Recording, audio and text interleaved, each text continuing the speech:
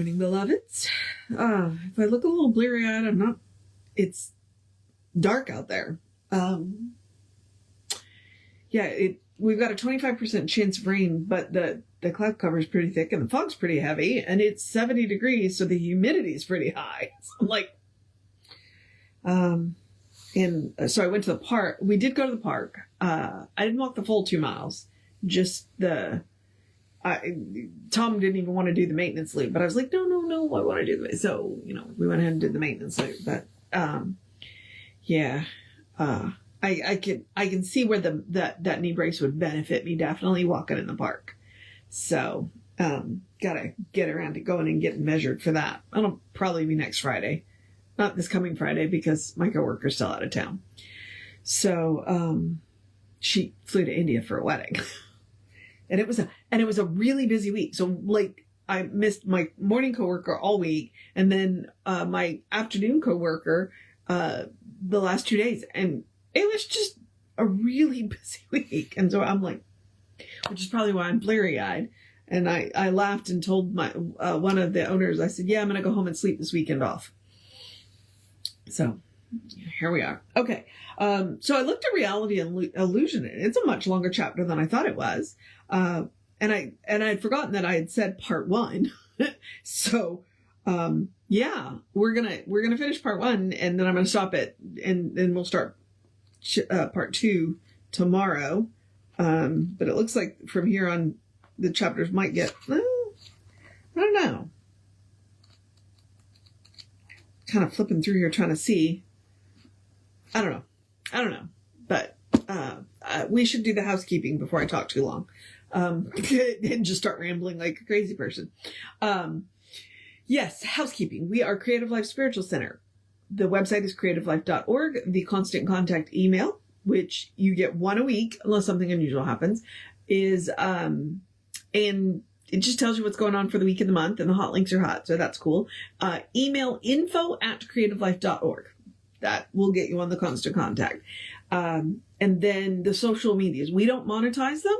We don't want to deal with the ads any more than you want to deal with the ads. So we don't monetize them. But what we ask you to do, since we don't monetize them, please go like, subscribe, share, follow, comment. It bumps us in the algorithms. And we think we have good tools to share. I mean, heck, we're reading poetry, right? Okay. We got midweek meditations and the daily guides and all that. So yeah. Oh, I should tell you what they are, shouldn't I? Creative Life Spiritual Center or Creative Life Spark, depending on the platform. And I am the Running River Ryan on the platforms that I am on. So please feel free to follow those too. All right. That's it. We're going to move on to this. Okay. So we are in the Voice Celestial. We are in chapter 8. No, chapter 7. We are in chapter 7. We are in reality and illusion. And we are going to pick up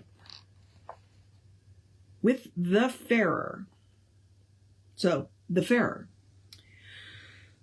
Why would celestial powers so hide the real that none can view the truth, that what they seem to see should be illusion?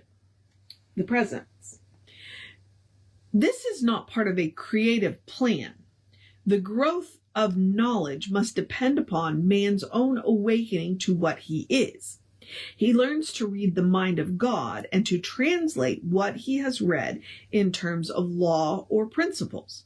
The unseen cause itself must then await for man's awakening. The mask or mist that seems to cloud the truth is not on nature's face, but on our own. Someday, the eye will penetrate the mystery and will reveal there is, in fact, no mystery and no illusion. Then shall we find that what things are but is but symbolic of reality which waits for our perception. The Farer. O glorious day, when shall I rouse from my long sleep and see the light of truth? My soul is anguished. I die to learn the meaning of it all. The presence. Perhaps it is more simple than you think. Restore your childhood's attitude of mind. before the clouds of doubt closed in and hid from view the living things whose voices spoke to you. The roadside roses, the birds that seem to say, "Be of good cheer, and this is a happy day." Go back, I say, to those half-pagan days, before reality was hid in haze. Learn once again to view the airy wings of conscious life, the very soul of things, as artists see the aura which they paint around the heads of master or of saint. So he who penetrates the outward screen shall view the unseen hid behind the scene. God speaks in thunder. His tender voice is heard by tiny nestlings of the hummingbird. He laughs with children playing on the beach. The sea is his, the spuming waves his speech. Behold him as the cosmic mother love in every mother's face that leans above the infant nursing at her ample breast. It is he who gives the child its rest. The whole wide world is whispering his name. He is the altar, offering, and flame. The Lord is present, the single and the whole.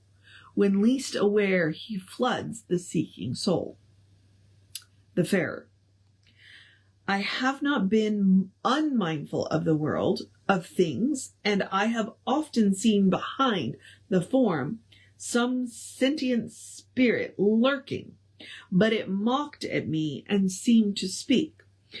We all are creatures bound to time. We flourish for a day and then fall into dust.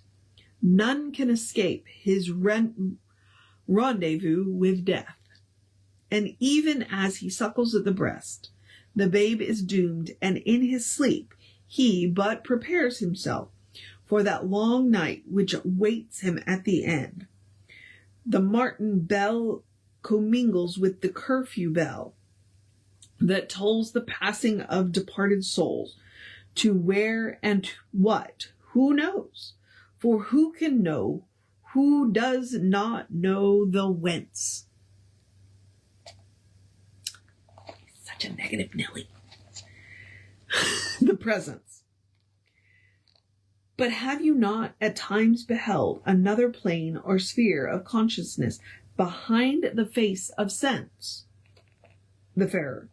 It brings no hope that I have seen the past in astral light, nor does it prove to me survival of the soul.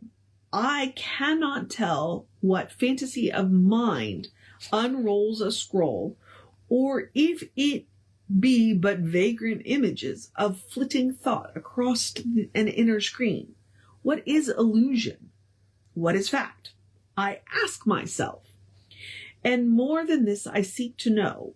Am I the victim of relentless fate, that I can never know the real from the illusion, nor in fact if there be real at all?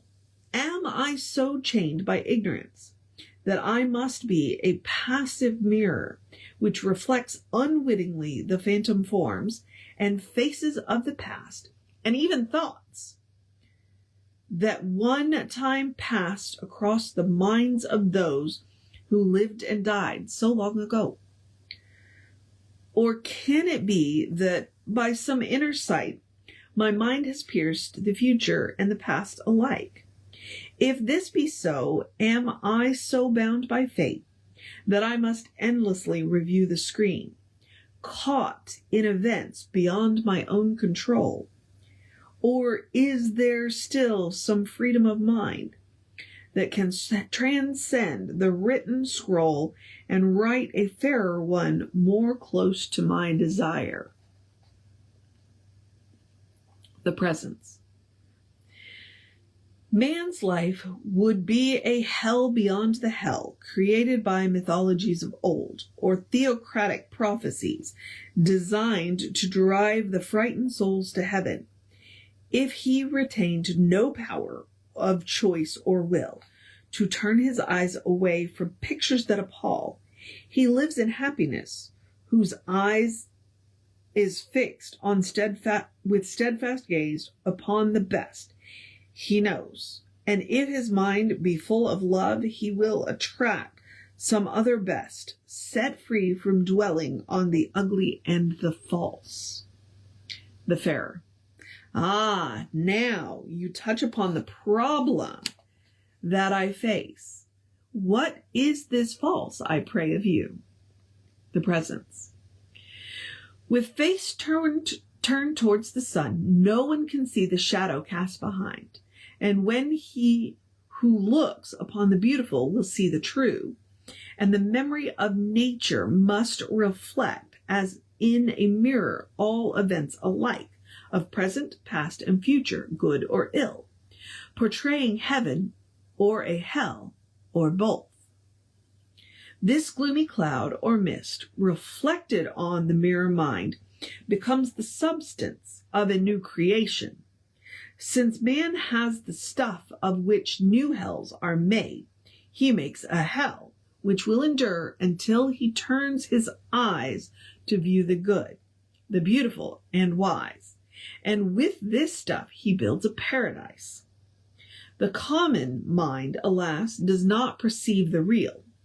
To such a mind, things will exist as they appear to be, because it puts no strain upon the intellect.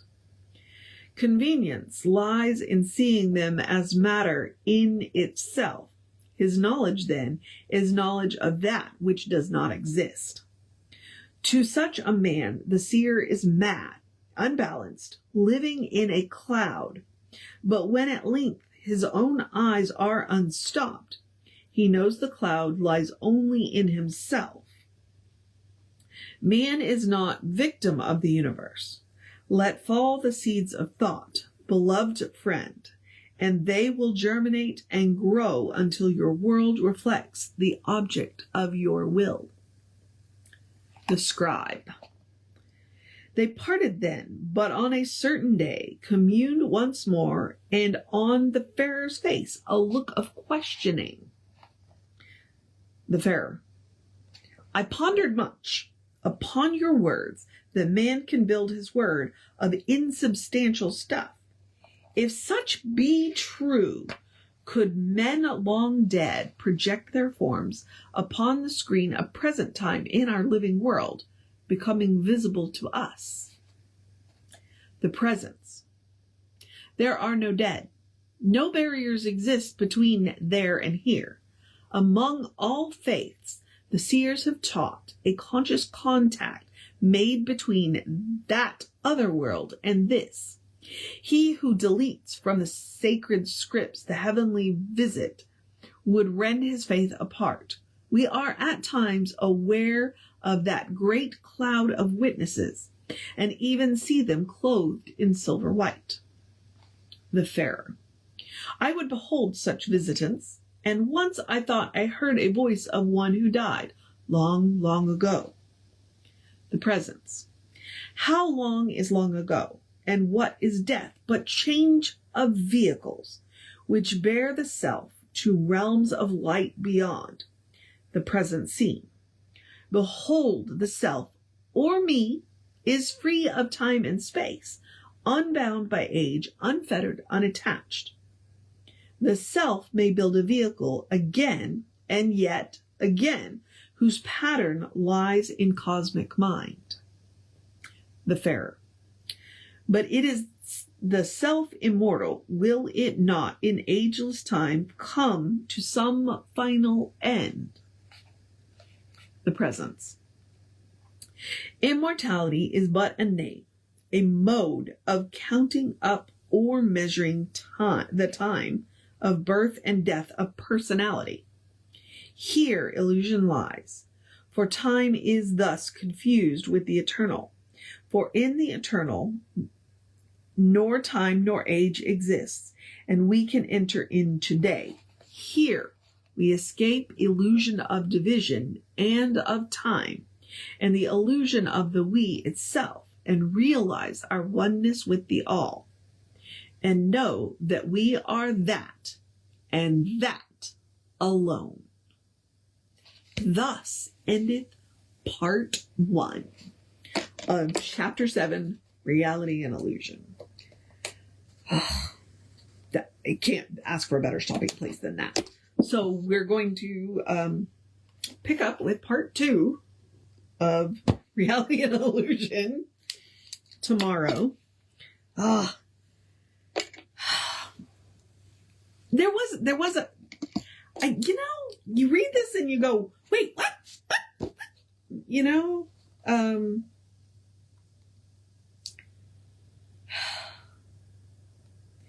The fair really, it's like he almost gets it, and then he turns into this negative Nelly, and then he almost gets it, and then he turns into a negative Nelly. And